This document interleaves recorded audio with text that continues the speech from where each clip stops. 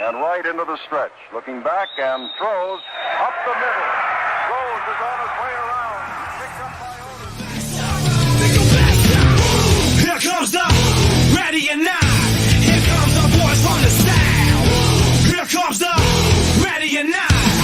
How you like me now? I say, here comes the boom, ready or not. Here comes the boys from the south. Boom, here comes the boom, ready or not. How you like me now? You don't live in Cleveland, you live in Cincinnati. You are watching live to the best damn Cincinnati sports podcast this side of Kennedy High School in Sacramento, California. My name is Santori Miles. We got Cincy James. We got Bengal Dad. We got Greg Luther. And we got the one, the only, Mr. 45 home run, Greg Vaughn. How we doing? How we doing? We're doing great. We're doing great. That's a pretty good intro. I like that. I warned you in the email, like he's going to yell. Yeah, right? Yeah, he was yelling. I got it. That's called energy. It's not yelling. It's energy. There it is. I like it. Go ahead, Santori. We'll get us started.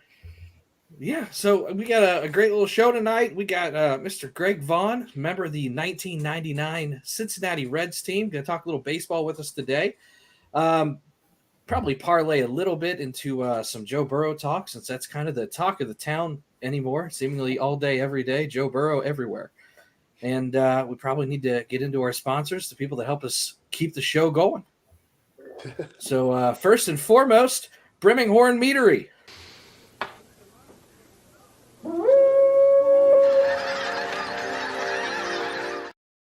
If you like honey and you like wine, I think it's technically a beer from like the 1700s. I'm not quite sure. I'm not a super meat enthusiast. I know it's like Viking themed or something.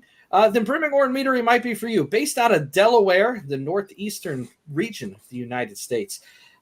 Partners us here, use our code HOODAY9, get 15% off shipping for 2 bottles or more of some beautiful mead. You know, these guys, they know us. We know them. We all love each other. They love the Bengals, and that's why they are one of our sponsors. They have the King of the North bottle that we love dearly. And, help them out. They just won the, the Delaware State Rural Company of the Year, something like that. They're winning awards left and right. I think that's the name of it. It's a mouthful. Since 1997. Since 1997. One of our favorite people up there in Delaware. Reach out, give them a shout, and shop Brimminghorn. They got some cool Viking stuff too. I'm surprised they're not partnering with Minnesota yet. All right, and our next sponsor is Three-Way City, bringing the sights and culture of Cincinnati to fashion. Named after the traditional Cincinnati-style chili spaghetti, our good friend Adam founded Three-Way City with this in mind. From hats to shirts to jackets, grab a piece of Cincinnati on threewaycity.com today. Well, before we really get into any sports talk, and it's kind of an easy segue from Brimminghorn. Greg, we always like to do a little bit of research about everybody that we're bringing on, make sure that we've kind of got all of our ducks in a row. If you wouldn't mind, talk to us about 23 Wines. Yeah, you know what? It started during the pandemic. My foundation, Vaughn's Valley, which, foremost, I started because of diabetes, juvenile diabetes. My oldest son, Corey, has it's called type 1 now, because any of us, our pancreas can stop working and, we'll be insulin dependent. So instead of being the guy that might have been the super spreader during my golf tournaments or other fundraisers, I love wine. I was introduced to the E2 family in Lodi, and we created a great partnership, and I didn't know it was going to take off, and now I'm still doing it. But yeah, you guys can go to 23wines.com, and we ship anywhere in the country, Cincinnati, Kentucky, everywhere. So, and the money is for a good cause. It all goes towards diabetes and whatever the foundation is doing. No one's paid on the staff. Trust me, it costs me money to make wine. So, but just trying to do my part and play it forward. That's all. Here's an example. This is the rosé. I believe $25 you can get this bottle. And then if you want Greg Vaughn's autograph on that bottle, you can get it for $45. I bought both before the show started because I wanted to make sure I got your autograph for one. but I also wanted to get one that I opened to drink, and I have type 2 diabetes, so I wanted to also support something that is trying to help cure something that I have. So that's it's wonderful. Yeah, thank you for your support. Like I said, we have a number of varieties of wine, so, and like I said, just make sure that rosé is really, really cold, and let the reds, aerate a little bit. And, like I said, it's not for everybody, but it's for the cause. So thank you. Absolutely. Yes.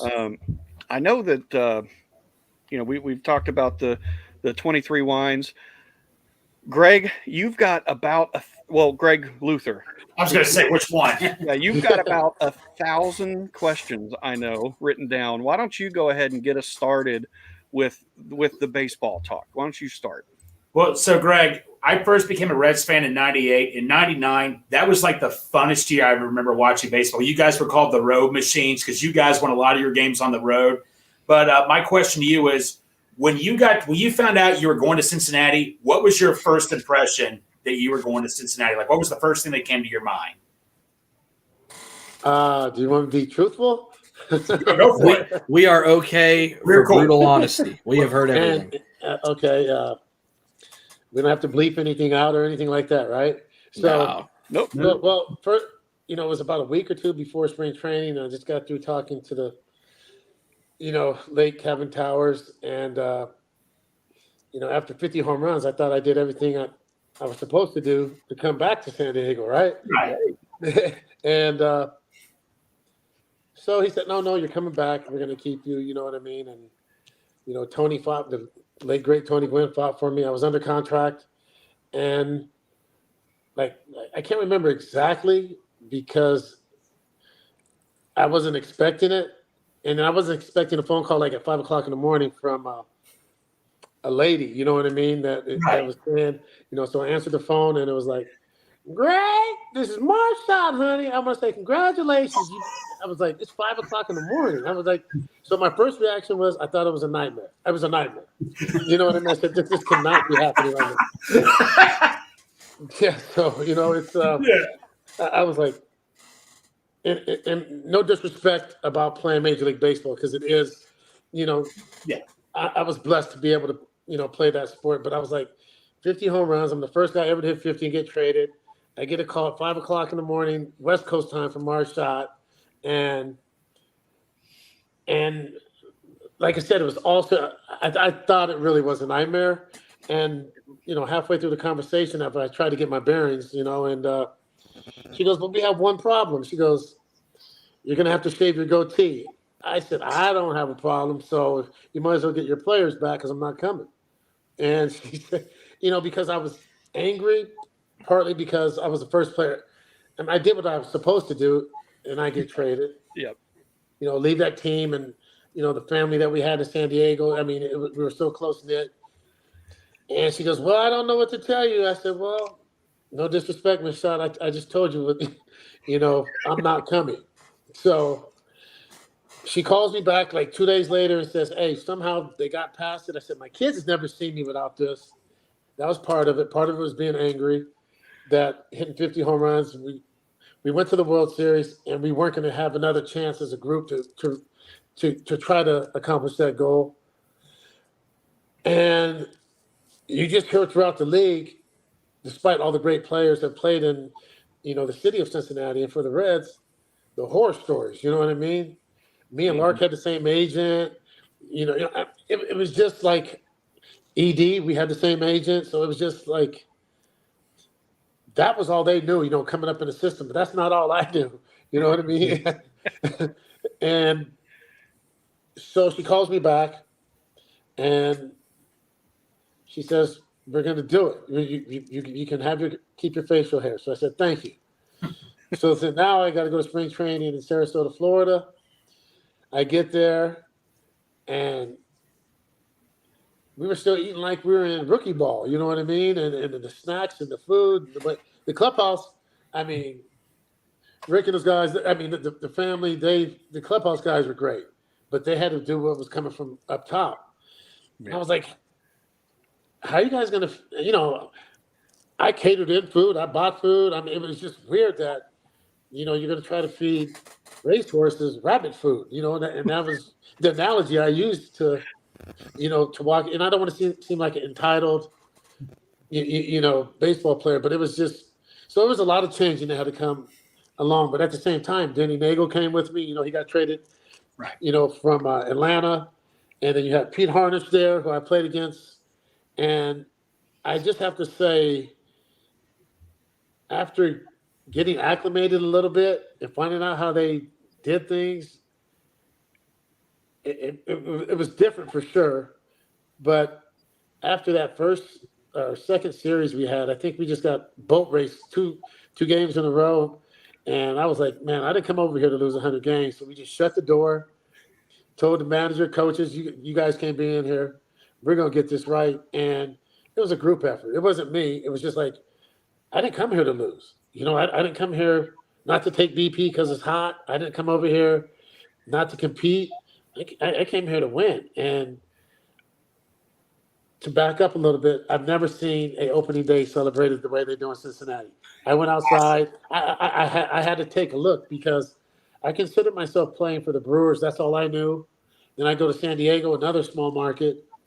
But just the tradition, and that's no disrespect to the other two cities, but being the oldest team, I mean, the tradition was unheard of. I haven't seen that.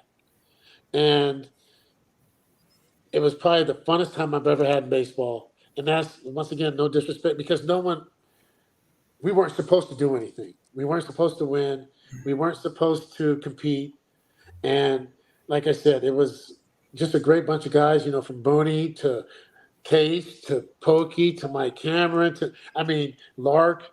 There was just so Jeffrey Hammonds. It was just so many different people that played a part of it. Ken Griffey Sr., he was the bench coach, but he had to be the hitting coach because we were out there doing flips. And it was all hands on deck. I've never seen anything like it. But the way the city rallied around us, the way, my teammates, we had more fun playing baseball, I think, my 15-and-a-half-year career than I ever had before. Wow. That was probably one of the most fun teams we've had in 30 years plus. We like to have fun. We like to have fun. Trust me. Right. We had a lot of fun. I think that piggybacks pretty good into Bengal Dad's video that he found. If you want to go ahead and play that real quick, it's about a minute long or so. Does it play this way, or do I have to do it differently? Yeah, you can click play right there on your tab. You'll click play. I'm clicking it. I'm struggling here. It's all right. Bail me out, guys. Bail me out. Here, you guys talk. I'll find the video and I'll play it. I'm just having fun watching the technical chaos today. Hey, I don't feel bad. It's not just me. No, I want to make you feel good, Greg. Yeah, thanks for that. I appreciate it. All right, I got to ask everybody that comes on the show, especially athletes that aren't necessarily from Cincinnati. The Cincinnati chili, yes or no? Yeah, we had it a lot. Like I said, yeah, we had it a lot. All right, awesome. Because, I'm a big Joe Burrow guy. I said that before the show, but as soon as we drafted him, everybody's digging up old tweets where he goes, that stuff's disgusting. And it shattered my heart a little bit, not going to lie. Well, I wouldn't order it right now because I think I had too much of it. He brought it into the clubhouse. So, yeah, I think I have my fair share of it. And, oh, I lost the video. Okay. No, you're good. You're good. I removed it so that way we could see you more. Yeah. So that's the first time I ever had White Castle too, ever. Oh, I can't do White Castle. Uh-oh. Well, I can't anymore either. I did a lot because I was looking for something different to eat. So, like I said, I've been back to Cincinnati since then. I've been to opening day, honorary captain. Like I said, man, the city's came so far. From when I was there, riverfront to what you guys have down there now, it's awesome. Oh, the banks are fantastic anymore. Yeah. Yeah, it's a great city. With a lot of restaurants now. I came back. Shoot, I was there 4 days. I probably had I've been to more restaurants tonight in 4 days than I was the whole year. You know what I mean? Yeah. So I'm happy for the city of Cincinnati. You know, Dave Parker's still one of my favorite people all time. You know, and a matter of fact, I'm coming to Cincinnati and playing his golf tournament, so I'll be Oh, there nice. for that. And I think I'm coming for a wine signing also. And I'm gonna try to make it for Kentucky Derby. So, like I said, I love Cincinnati. You know, I didn't as a player, I didn't know what a visiting player, I didn't know what it was like. But as you know, playing for this, they remember you and they embrace you, and that's really really important and special for me. I know when we talk about people that we'd like to try to get on the show, I think it was Greg that suggested almost right away when we started talking about who we wanted to get on from the Reds. He was like, "I want to ask Greg Vaughn." Like, you were one of the first guys that popped into his head, and once he said it, we were all like, "Yes, we want to talk to Greg Vaughn," because he really galvanized not only the team but the city to really get. Because there were a few years that were a little lacking before that. You know, 95 was a really good year, but we haven't seen a team like that since in 99 when you guys won 96 games. I mean, that was just – tell us kind of about what once you guys got going, middle of the season, what were your expectations then?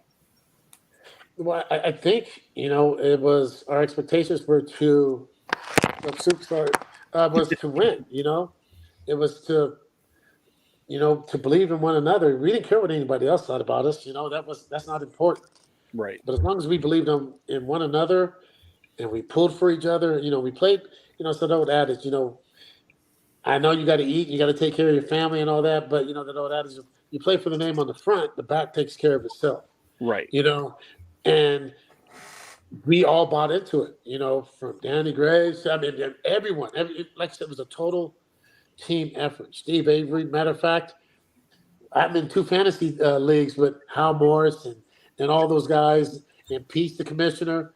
And I just got the email today. Yeah, so we're getting ready to start up. It's called the Old Reds League, so we're getting ready to start that up. So, like I said, just the bond that we've been able to keep even after so many years of being removed from that 99 team. And that was tough too, because going to Milwaukee where my first 8 years were, I mean, I think we expected to win, but I knew playing there, those guys were going to give us their best effort, and it was the last weekend of the year, and the weather was horrible. I mean, I think we had, I don't know how many rain delays. I know we played Friday night. Saturday was a long rain day, and then we got there for a 1 o'clock game on Sunday. We had to win. We win, we're in, or we tie the Mets, and I remember we watched every football game. We ate 3 times, and I think the game started like 10:30 at night. So we've been at the ballpark this whole time. We play the game. We lose. It was there's probably 5 fans in the seats at this time because it was supposed to start at 1 o'clock game, a day game, and we started, like I said, about 10 o'clock. Time we got home to Cincinnati, we had about 5:30 in the morning. We had a 1 o'clock game, basically. Straight from there, let's go rally, get it done. And, unfortunately, we fell a little short. Mark Leiter and the Mets, they did what they were supposed to. It was a hard-fought game in the rain and the cold again. So I think it'd have been fun to try to run that back also, but you were getting the best player in the game at that time, Junior, and they said, once again, couldn't afford you. So I was on my way again. So I'm used to it. I just keep a bag packed now. You know what I mean? No. I want to jump in and just make a comparison. I don't know how closely you follow the Reds or have followed them lately in the last 3 or 4 years. Do you look at it at all? Do you follow it? Oh yeah, hey, especially now it's must TCV. Well, right now it is. If you go back 2 or 3 years, my son is Santori. He never saw you play. Okay. I'm 29. I was 4 years old when you were here. Thanks for that, Santori. Thank you. So he said, I need to look him up. Who was he? I said, he's Castellanos. If you've Nick Castellanos. Yes. Nick Castellanos was a guy that said, "Jump on my back, guys. We're going to march into this road game, this road series. We're going to take it to them." That's what Castellanos was, and that's what I remember about you.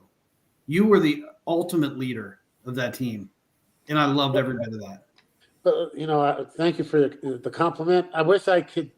Like I said, it was a group effort. Like I said, we had our whole infield, with Lark, the captain, and then you had, like I said, Booney, Casey, Smoke, Poke. You know what I mean? Pokey. It was, and then you had Michael Tucker, you had Jeffrey Hammonds, Dimitri Young. You had all these kids that, hey, it was a testament to them. They wanted to get better. They wanted to win, and they bought into it. And like I said, then you had like Pete Harnish and Denny Nagel and Steve Avery. You had guys leading the pitching staff. So it was a totally group effort, and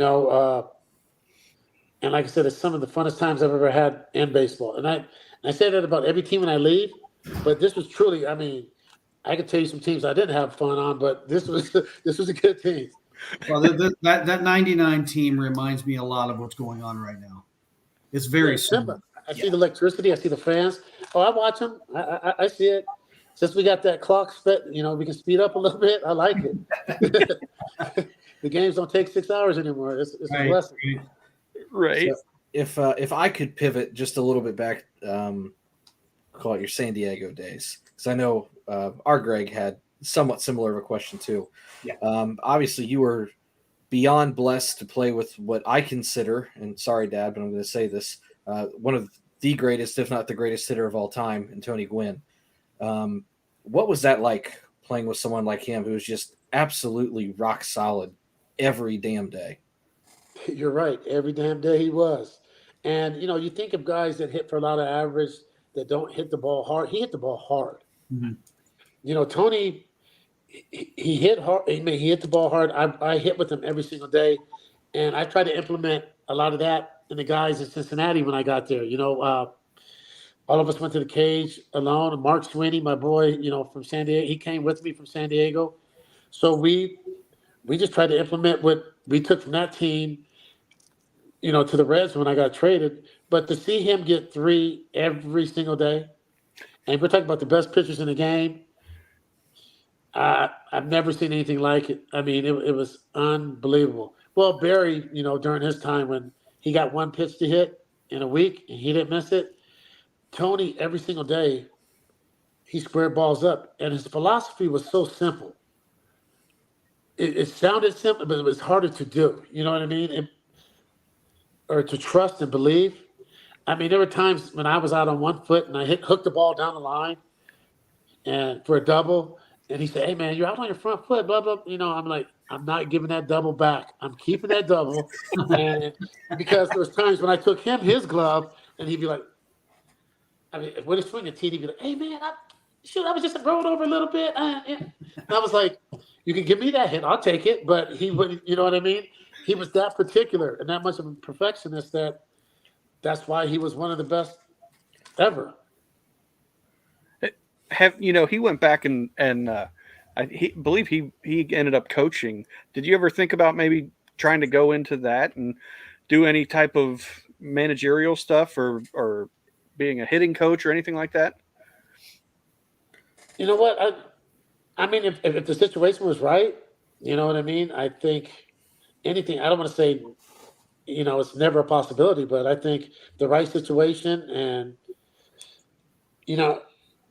yeah, sure, why not? I would consider anything and everything. I love the game of baseball. Mm-hmm. I love talking baseball. I love everything about it. You know what I mean? I just think we were honored in San Diego and the Braves came into town. And you look around the teams that win and really have success, they have baseball guys teaching baseball players along with the analytics. So I think it's baseball players have to be taught by baseball people. You can't teach it by a computer. Right. You know what I mean? Because the computer has no heartbeat. Playing baseball is tough. It's the only job in the world based on failure that you get paid for. Only job in the world that's based on failure, and you get paid. 30% of anything else in the world, you're probably looking for a job. You know what I mean? So, and that's considered great in baseball. So, without that being said, if you look around, I just think that the teams that have success have baseball people in the dugout. Yeah. Well, you look like you could probably hit some 450-foot dingers right now. You look like you're in incredible shape. Right. That's a facade. I think it's the shirt or something. That's it's a facade. Well, thank you for that. It would hurt too. I can imagine. I've got another question because you were talking about great baseball people, being around great baseball people. Talk a little bit, if you could, about Jack McKeon. Jack, Jack, he can hold a show, put on a show. Jack, he did it for a long time. He managed, he GM'd. I mean, he's been around it. He was a baseball man. Yeah. And, he was able to stay in it for a lot of years. And, it was hard because I think it was towards the end of his career when I was there. And we were we just told him to sit back, and me and Lark said, let us do this. You know what I mean? So, and fortunately, we had Senior with us that came with us to help us try to get this done. And like I said, the rest of the coaches we had on staff were great also. But I think at that time, Jack was like, hey, you guys go do your thing. And we let him hold court in the dugout pregame and after games with the cigar and all that. But yeah, we were trying to win. You know what I mean? We were trying to win. Sometimes I think we had to wake him up a couple times when there was a call on the field. We're yelling. No disrespect. And I love Jack. No disrespect. I'm just saying. Yeah, we were fighting hard. We were playing hard and fighting hard. And like I said, but there were baseball people coaching us also. Right. And in the trenches with us. It's easier for somebody that's done it. I think their weight is a little bit more respected coming from somebody that is just talking about it. Mm-hmm. Because it's hard. It's really hard.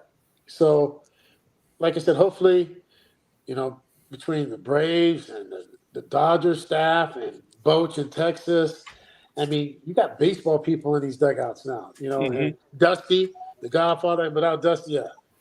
There's so many people in my village, and Dusty being one of them, being from my hometown. We're all so close. I was just at the All-Star game, went to dinner with them, was able to take my grandson with me. And, because I played in the first All-Star game in Seattle, so my boys got to see it, but now I got to take my grandson. So he got to catch a fish at Pike's Market. He got to go on the field, home run, hitting, it's about memories, So I was there for the presentation for Mike Cameron, who's my little brother, you know what I mean? So, like I said, we're all still so connected. And if I could say one thing, as the Big Red Machine and all the players that played in Cincinnati before me, I've tried to say, I apologize for not shaving. There was no disrespect to them. No, it wasn't. It was not any disrespect to them. And I meant you have rules and you should follow them. But not at 5 o'clock in the morning after hitting 50 home runs. I was just well, Santori and I, as yeah, I was going to say, we appreciate it. Yeah, I was going to say, I don't know if I'm allowed to say much on the saving front.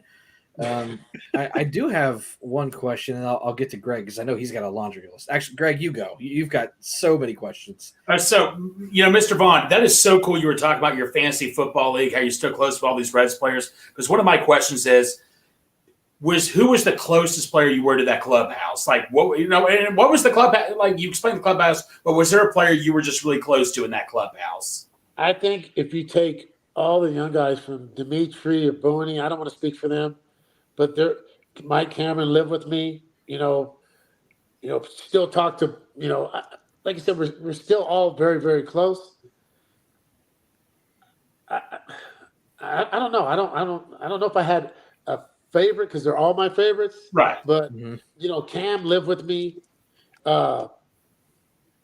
when he got called up and back and down, he lived with me, so I was like, save your money, come live with me. So, but they're all special in their own certain way. And like I said, the whole team. I mean, you could go. I was close with Denny Nagel, Pete Harness, Steve Avery. I mean, Scott Williams. I mean, all of us were that close. That's you know awesome. what I mean? So it was just one big family. But I wasn't like Santino when he said he was 4. They didn't make me feel like I was that old when I was there. You know what I mean? So 4 years old when I was in the Reds. Jesus Christ. Sorry. Yeah.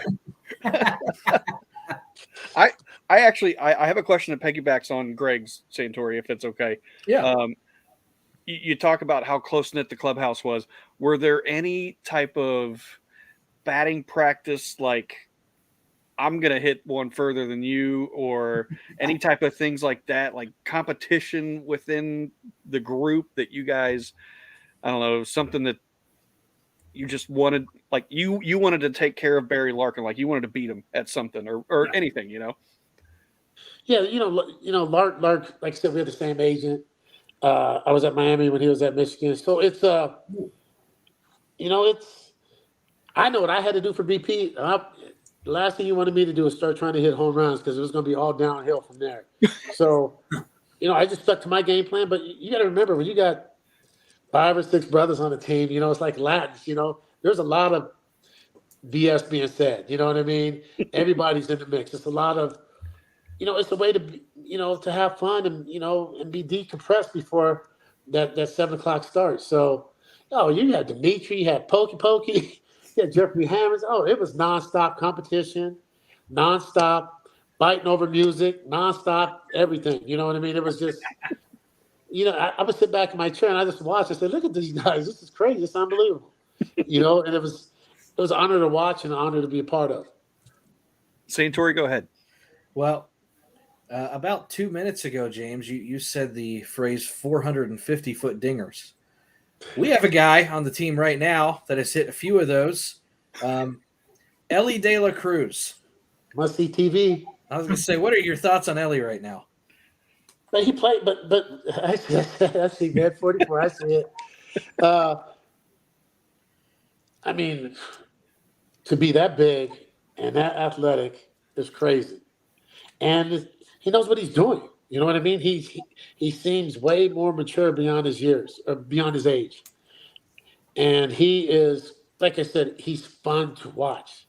The whole team is fun to watch, but he is, what's up? The objective of the game when you get in the batter's box is, everyone says to get on base, it's to score. He gets on first, he's the second, he's the third, and he's scoring. That's the name of the game. So I think, the Reds, the organization is very lucky to have him, the city of Cincinnati, and Major League Baseball, because he is that much fun to watch.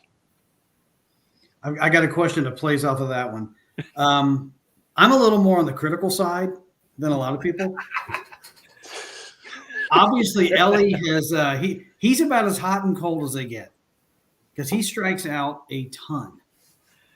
What advice do you think Tony Gwynn would give Ellie De La Cruz?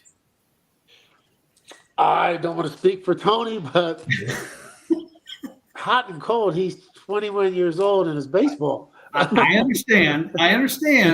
Sometimes those balls that bounce in front of the plate look really appetizing to him, and I don't quite understand that. But hey, you know what? I haven't had a bad day since I've been in this chair over here. You know what I mean? It's easy. It's easy from the couch. Yeah. It's hard when you have how many seconds to make a decision. Right. You got to remember, he hasn't seen these pictures. He hasn't seen them. So as he puts them in the back of his mind and in his memory bank, it will change. But I hope it does, because I mean he would be one of the best talents to ever play the game if that does. Well, I think he will. But if you look around the league, how many guys hit 300 last year? How many guys drove in 100 runs? It's a great year if you have 60 RBIs now. Shoot, we were scared to get released if you had 60 RBIs. 60 RBIs now is, considered a good year. Right. I look at some of these guys, I look up and it says 11 home runs and 35 RBIs. I'm like, season's almost over. Yeah. Right. So What you do, right? Mr. So Greg, I mean, there were so many good pitchers you had to face during your career. I mean, I just can't imagine. I think of Greg Maddux, Tom Glavine, Randy Johnson. Who was the one pitcher you were just like, oh my God, I got to face him today? Yeah, this is not going to be easy. Who was that one pitcher you just dread facing in your career? Well, when you're going good, it doesn't matter. But when you're not going good, my grandmother could have got me out. You know what I mean? Those pitches that Dad was just talking about bouncing in front of the plate. Right. I swung at a lot of those. Pitches. But no, Pedro, his changeup, and he kept the ball inside. You had Brett Saberhagen. I mean, that was some of the filthiest stuff I've ever seen in my life. Ever. I mean, the whole staff, the Royal staff, everybody was tough. And back then you got hit and they threw inside. You know what I mean? It's a little different. Yeah. I couldn't carry my bat to first base with Nolan Ryan on the mound. It's and it's fun. It's baseball is fun to watch now, but I couldn't imagine not having to get hit. You know what I mean? Hitting third and fourth my whole career. Yeah. It would have been nice. What is that feeling like when you? Because I mean, you hit a lot of them. What's the feeling like when you hit that home run, and it's a no doubter? It's gone. What? Just fill everybody in, because I haven't done it in the major leagues. I've never been there. None of us have. No. Tell us what it's like. What's that feeling? I didn't hit one in knot hole.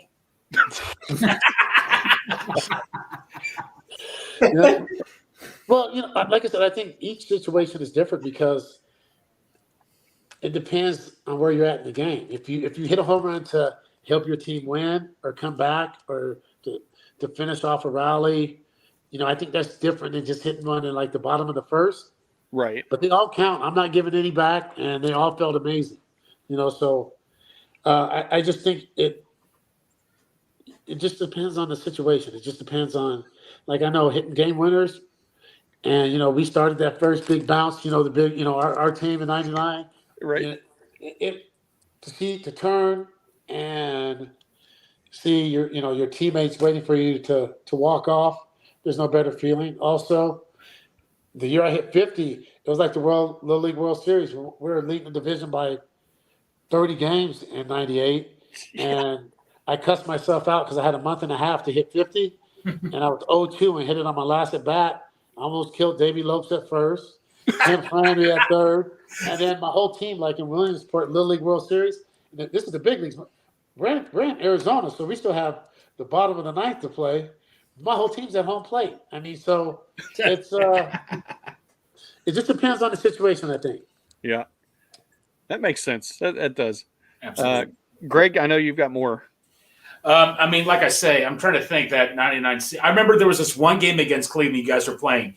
You hit two balls that were just barely foul and all that against Cleveland. Do you remember this at bat? And then, like, the third pitch, you hit it straight out of the park. It was like in the upper deck. Do you remember that home run at all or anything? Or But thank goodness you said I kept one fair. You know what I mean? Yeah, no. There were two balls you hit that were just barely foul. I'm like, oh man. I mean, he's probably not going to get, like, in the third time, man. You just crushed it like into the red seats at the time, man. That was like the most memorable home run I remember against Cleveland. Well, thank you. You know what? And too, when you're going against your rivals, the city's a little bit more juiced up. Oh yeah. Back then, the stadiums were packed, and they were big stadiums back then.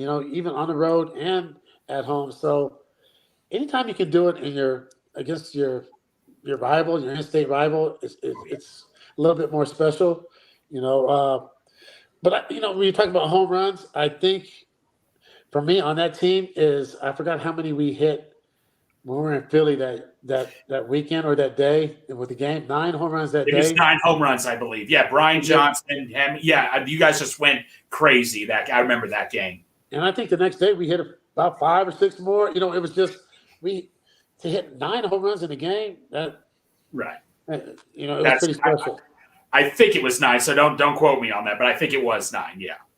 Yeah, I'm not very good at, trying to. I don't Google and look up stats and all that stuff, so I just know it was a lot. Santori never does that. Well, Santori, you got I'm the numbers guy. You had a question, Santori, about, he hit 45 home runs, but he had a different stat that Yeah. you were wanting to ask him about. Yeah, 15 steals that year, along with the 45 home. I mean, that's 15 steals. I know maybe 80s and 90s wasn't the most, and it's starting to come back now since I guess they made the bases a smidge bigger and the pitch clock, I'm sure, has helped. But I mean, that's 15 steals, 45 home runs. That's incredible. And he only got caught twice. Hey, I didn't even know I had 15 stolen bases because 15, 17. I came up and I used to run. I mean, that was part of my game. And then after all the shoulder surgeries and all the stuff, they're like, unless you don't run, unless pick your spots, so you don't have to come out of a game, because back then, it wasn't no what is it, load management. It was Wally pipped if you came out of the game. You know what I mean? Yes. Yep. So you had to do what you had to do to try, for the duration of the season. So if I ran 15 times, it must have been pretty important. Right.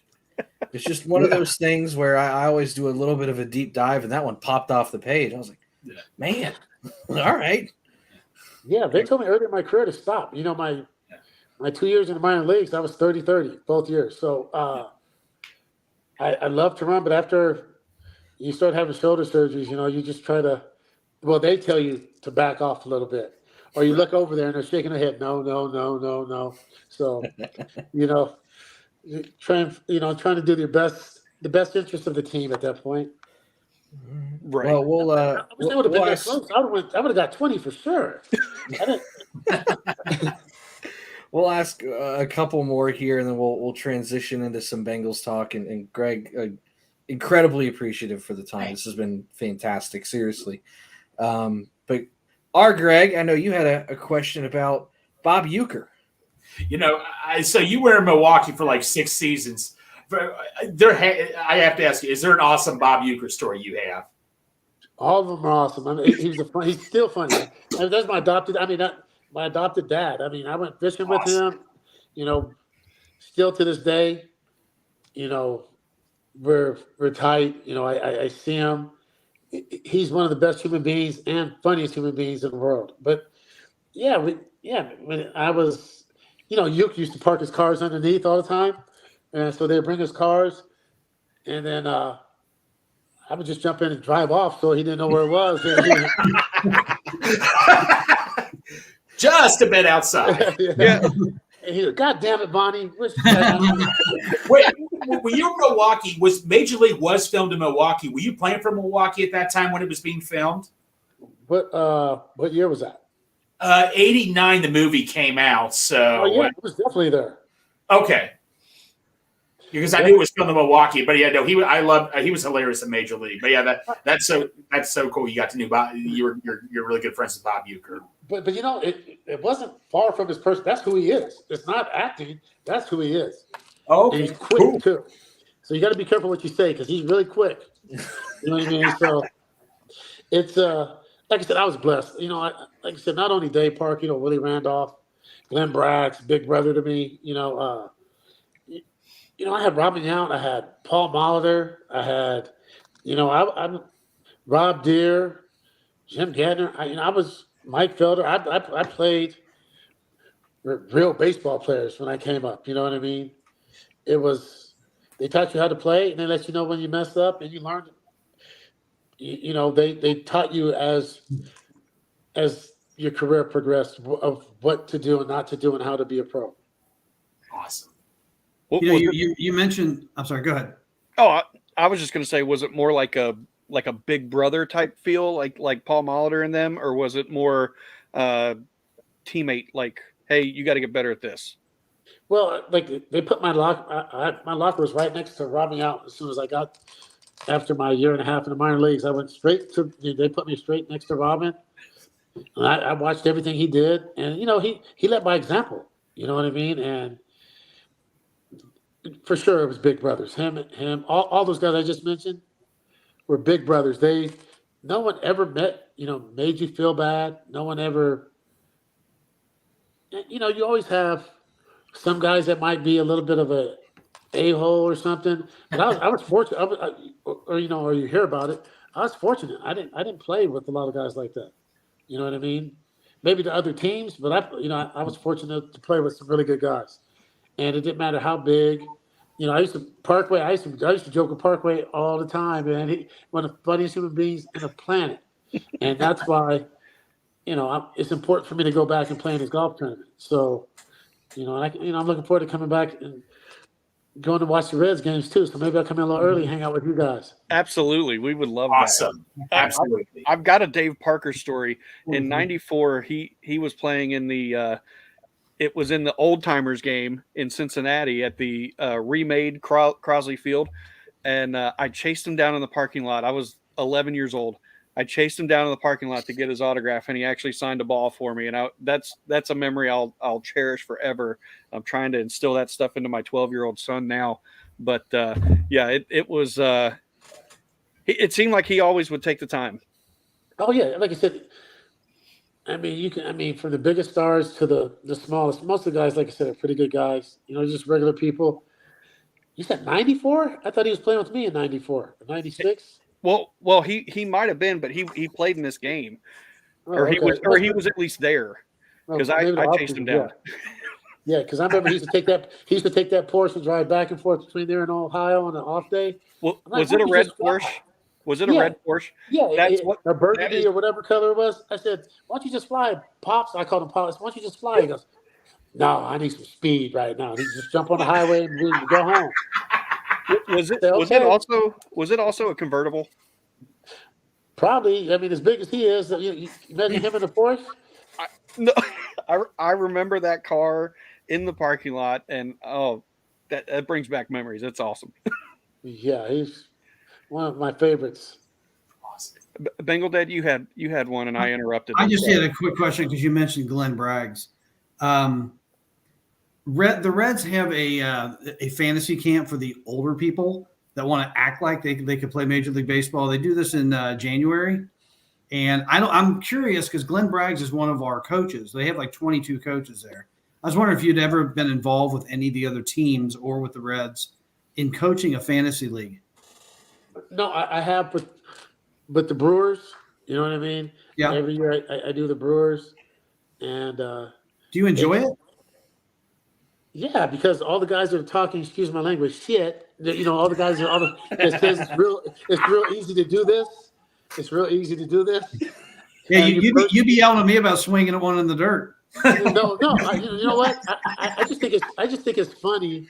Especially that you come from these places that are snowed in for the last 3 months, and you guys get there the first day. Everyone's all gun ho. Everyone's talking crap, and by day 3, guys don't even want to play because they can't move. Right. You know what I mean? They're like, oh, you walk in the training room, you just walk in the clubhouse, all you smell is Ben Gay, and guys can't even move. I'm like, shit. So it's funny because it puts them in their place. You know what I mean? That's awesome. But I've been on team. I mean, I've been at fantasy camp where guys really. You have a couple guys that are jerks, and coach pitch. Our guys will hit them. It's the funniest thing I've ever seen in my life. Plunk. Yeah, great.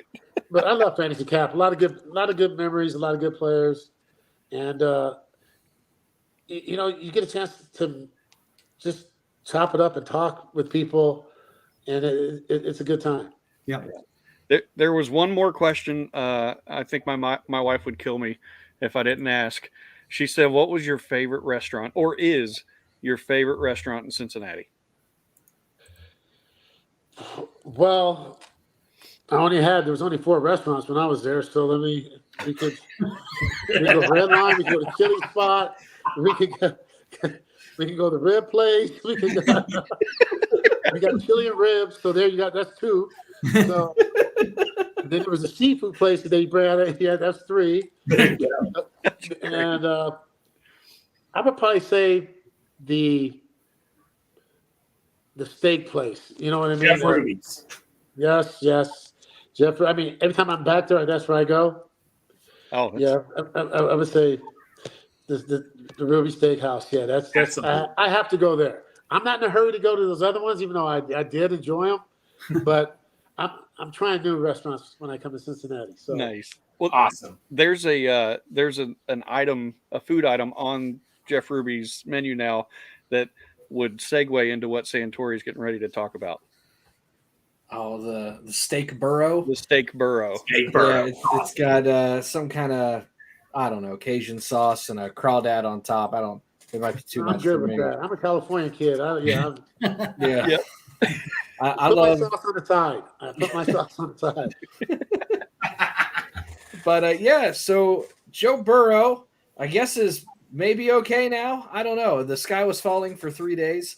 He pulled up in camp 3 or 4 days ago and kind of hit the deck, and everybody had a heart attack and got carted off. That's nothing you ever want to see.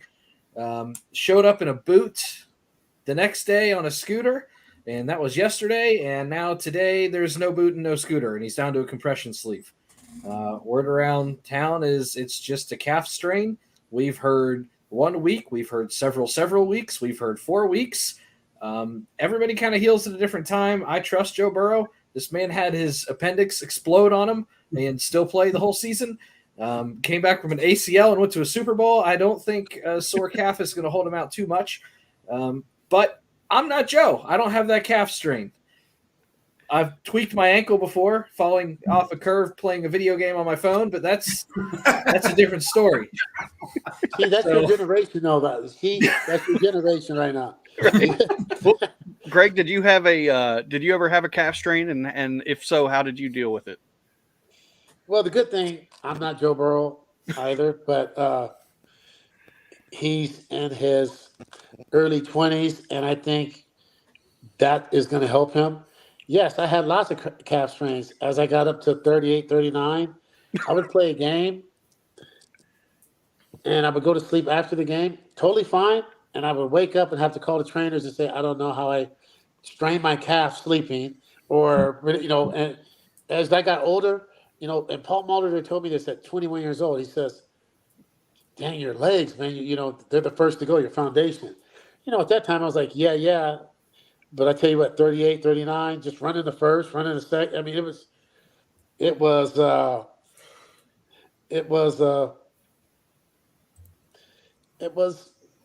tough. So I know, but at 38, I didn't heal that fast. So I'm pretty sure Joe's gonna be all right. Right. And with the technology, all we had back then was ice, and more ice. I'm part of the owner of a franchise called Restore Hyper Wellness Centers, and now they, with all the technology and, for medicine nowadays, guys can come back so quick from everything. Back then, we just learned to play with it, you know what I mean? So you could keep your job or – right. But at 38, 39, you couldn't really play with it. Not baseball, not every day.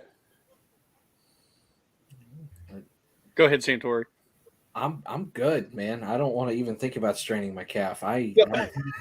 Well, no, Mr. Vaughn, you're in a fantasy football league with all your former Reds players. Take my advice. If you're picking first, just take Joe Burrow. Hey, don't just okay. No disrespect, but I'm in like 5 teams. 4. I'm a West Coast boy. I'm a 49er fan through and through. There you go. I know. So who's your quarterback? I don't know yet. I'm not taking one first. I know that. You take running backs and receivers first. He's got McCaffrey on lock right now. Right. I don't know. Yeah, I don't know. I don't know who matter of fact, I'll know the draft order tomorrow for the Cincinnati League. So. Oh, nice. Oh, nice. Is it a redraft league? Or is it like there's no keepers? No keepers. No keepers. 2 games a week. You're playing. Yeah, it's a good time. That's if you win. It's not a good time when you lose. No, it's That's great. Oh my God. Well, how much more time do you have, Greg? We don't want to keep you longer. It's almost your guys' bedtime. It's only 5 o'clock out here. Right. You're going to get into some of that wine here soon. I'll say this. I'm going to jump in the pool. Nice. I'll say it's the must-see TV starts in about 10 minutes, so we'll probably be wrapping it up here shortly. Yeah, Ellie's about to lead off. Right. Okay, see, perfect. See, perfect timing. Well, we always Yeah, like you're gonna to. watch it, or you can play video games. What are you gonna do? I watch every single Reds game. I don't miss that Okay. for the world. Okay. Nice. Reds just did make a trade. They acquired Sam Moll from the Athletics. They did just make a trade, by the way. Who? Oh, Sam who? Sam Outfielder? Greg, say that again. As Sam Moll, Moll, from the Athletics. What position? He's a pitcher. Left-hander. He's a left-handed pitcher. Hopefully a left-handed reliever. Yeah, we traded. They got Joe Boyle. They got a prospect. Santori's froze. We got a reliever. I heard prospect. Yeah, got a Time prospect. to do some data research. Yeah.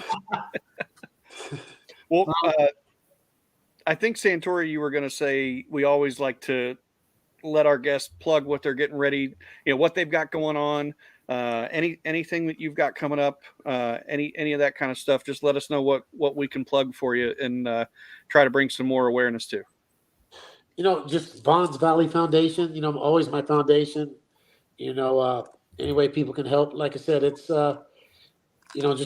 just trying to play it forward. And the wine, it's good to me. So, I go in the lab and I wouldn't put something out there that I don't like, but it's not for everybody. But those two things, because it's about playing it forward and helping people. And I consider Cincinnati part of my village because they had a big part of my life. So, whatever I have to do to help people, I'll do. And, just try to make this place a better place. Everybody come together instead of being divided. And, just try to do our part. I love it. Everything you said right there. Mr. Vaughn, I just want to say personally, thank you so much for coming on. I mean, I was at Kroger's shopping, just doing my regular shopping. You messaged me back. And I just we just all can't thank you enough for taking the time to come on. This is so cool. You're one of my favorite players as a kid. I mean, this is just so unbelievably awesome. Hey, thank you guys. But, you can't say a kid. You guys keep making me feel like I'm 97 years old over here. Sorry. I was 16 when you were on that team. Thank you. I was 12 years. I was barely turning 13. Bengal dad was older. Thanks for that, Greg. I was 35 in 99. Is that good? Well, we're probably just saying in 99, we're right. Yeah, 99. I was. Yeah. And I do appreciate everything you brought to the team. That 99 team was one of the probably one of the top 5 teams I've ever seen for the Reds. I mean, and again, I saw the 75, 76 team. That 99 team was awesome. And you led the charge. You may not want to accept that. To me, you led the charge, and I appreciate it. No, I appreciate all the compliments. Like I said, I was blessed to have a great group of guys around me. The late missed shot, you know what I mean? What turned into a nightmare was a fairy tale at the end for me that season, So I want to say thank you to the city of Cincinnati for embracing me. And I'll be back there, and hopefully I'll be at the Kentucky Derby this year too. So if I don't have a member guest golf tournament, I'll be there. And I'll shoot you guys those dates so we can go out to dinner when I come to town. Absolutely. Awesome. Yeah, shoot That'd be awesome. Because I'm going to text you when I get the wine when I'm trying it, and I'm going to let you know how it is. I'm sure it's going to be great. Don't mess it up. Remember, red, white, cold, Nice and chilled. cold. Yeah. The other ones let breathe. Decanter, whatever you have. I'm not gonna chill the one with the autograph though. That one's going right up here. Okay. All right. Yeah. Don't chill that one. No, that one's gonna never be opened. It's just gonna stay up there. All right. Thank you guys. Thank you so much. No, Thank you so much. so much. We really appreciate it. Thank you. And Santori, you want to sign us off here? I guess. Yeah. I'm ready to watch some baseball. Right. He forgot about me already. Look at him. He's over there. I'm scoreboard watching. I'm ready. I'm ready to watch Ellie. No, but seriously, for Greg Vaughn, Greg Luther, Cincy James, and Bengal Dad, I'm Santori Miles, and thank you for watching Rally Around the Natty. Awesome show. Go support 23 Wines. Go support Rally Around the Natty, Brimminghorn, and Three-Way City. Thank you, and let's go kick the Cubs' ass. And right into the stretch. Looking back and throws up the middle.